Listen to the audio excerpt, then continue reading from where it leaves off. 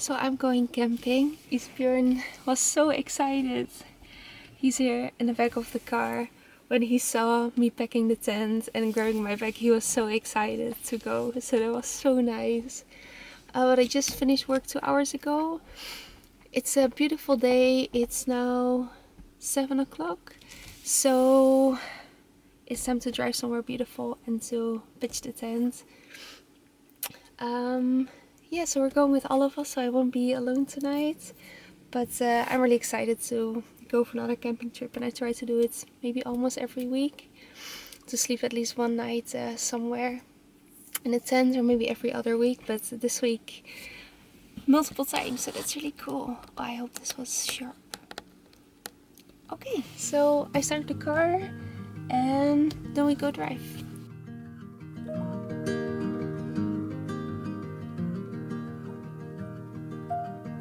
I left the hall light on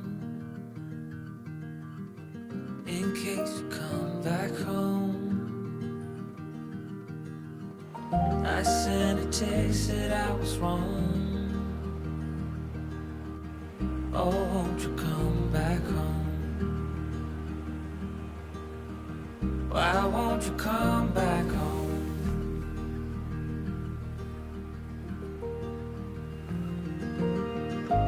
I've been sleeping with the light on dim.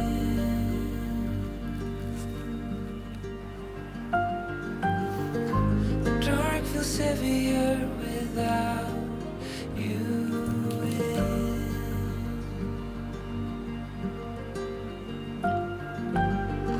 And every chord I strike cries your name.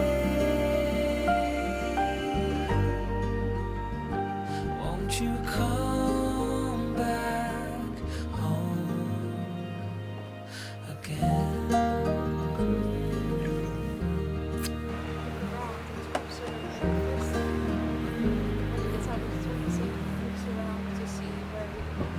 Stars fell out, the moon turned gray. The wind keeps whispering your name my way. I've counted the hours, I folded the time, but nothing brings you back to mine.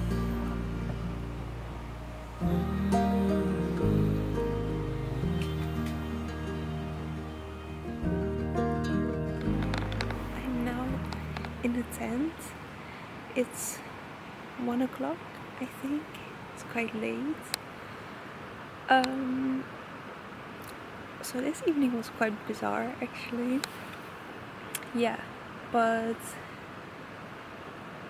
I don't know. In the end, it was all fine. But what happened is we went to find a camping spot, and we had a camping spot in mind. But then there were roadworks, and the road was closed.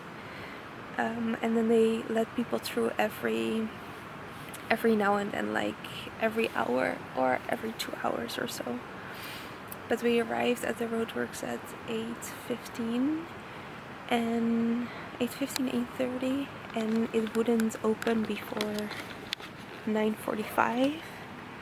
So we thought about waiting, but it was just like, waiting is not a problem at all, but that was a long time. So we thought, oh, maybe this time we go find something else and just drive around and see. So we had an idea to go to this certain valley, and then so we drove over there, and then we found a camping spot. And then a few minutes later, a local Norwegian pulled up with the car, and I directly saw that he was coming in hot. Like, he directly said, "You cannot camp here," and he was just really unfriendly about it. Also, what I did not like is we have lived here for a while, and we know the wild camping rules, and we always follow these rules, and I really don't know why we were not allowed to stay in a certain place. But okay, it's possible that we missed something, but you can just ask or say, hey, we cannot camp here because of this, would you guys mind searching for another place, or you have to leave, and then it would have been fine. But he was so unfriendly about it, and he came in so aggressive, kind of directly, and I just don't understand why you should choose to do an interaction like that, because now for everybody involved it was really not nice. So we had to leave. By this time it was 10:15 already, because we drove quite a long time to go to this camping spot. So, and we were a bit bummed about it, like not only that we couldn't camp there, but because of this interaction. And also we had our friend with us, and he does not have a Norwegian number plate, and I feel like he was kind of thinking of us as, oh, you know, these tourists that don't know what they are doing. And I did not like that. I did not like the energy that he gave, and just everything about it I didn't like. But then I tried to think in a positive way, because when we went to this camping trip, we actually ran into some of our friends that we have up in Tromsø, so all the way up in the north, and then we saw them here on the road when we passed by. So it was super nice to see them, because I didn't know that they were in this part of the country, and we talked with them for a while, and it was really nice. In the end, I think if we wouldn't have changed to this camping spot, even though we couldn't stay, we would have never seen them. So, and it was super nice to see them, especially when you don't expect to see somebody, or when you don't know that they are here. So that was super nice. So I tried to think positive about it, and also I think I've learned that you shouldn't let things ruin your day, because you will regret it later, you know. And it's hard, because I thought this is really not a successful camping trip, but then I thought, no, you know, it's still, the evening is still not over, we might find a good spot, so let's not let this evening get ruined by what has happened. So I really completely switched the button, also because of this camping spot. Like I said, we saw our friends, so in the end it's all good. And then, wait, I have to scratch my nose. Oh, itchy.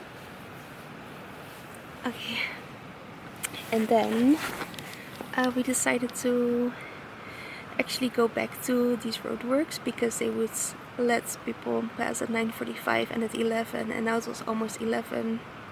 So we thought we'd probably make it at 11 and then we drive through. So in the end, yeah, we spent a lot of time finding a camping spot, but then we arrived to the spot that we initially thought of, and it's super nice. We had some food, so now, yes, it's already very late, but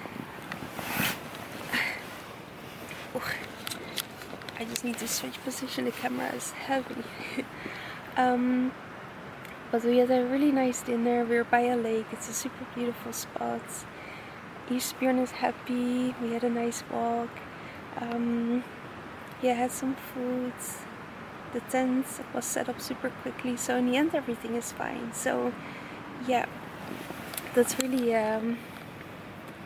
what I try to say with this,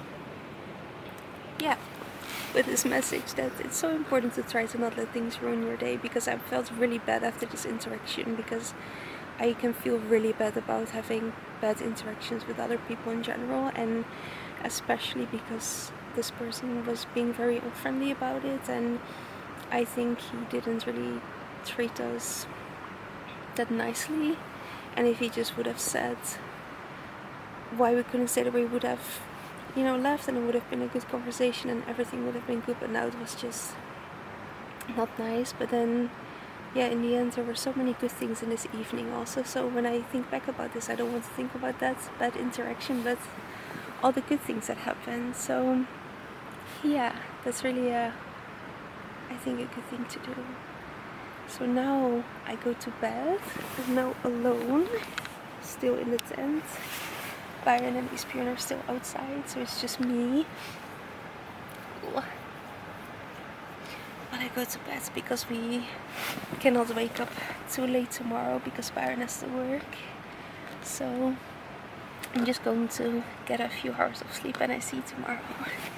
Okay, good night.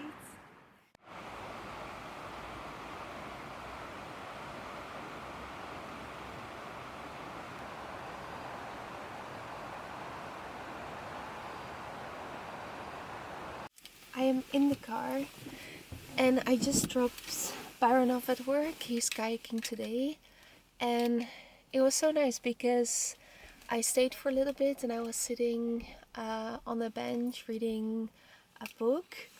I'm reading The Midnight Library. Again, it's the second time that I read it. I really like it, so I really love rereading books also that I like, so it's the second time. And I got super far actually. So it's yeah, really nice. And I met some really nice people also. A couple from Sydney, from Australia came to me and we had a really nice conversation, a really friendly couple.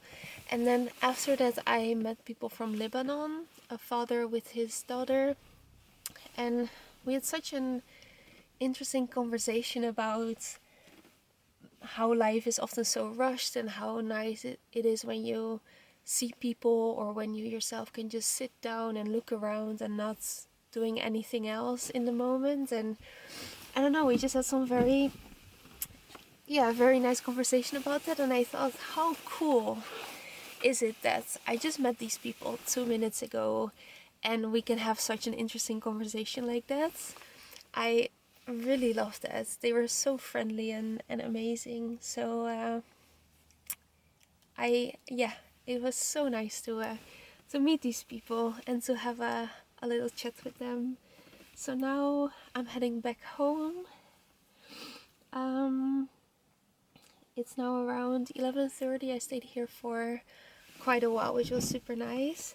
So now I'm just heading home and then I'm going to unpack and dry the tents and then we see from there. On n'irait plus finalement. Et c'est plus important qu'on reste dans le coin. Il est intelligent ce jeu.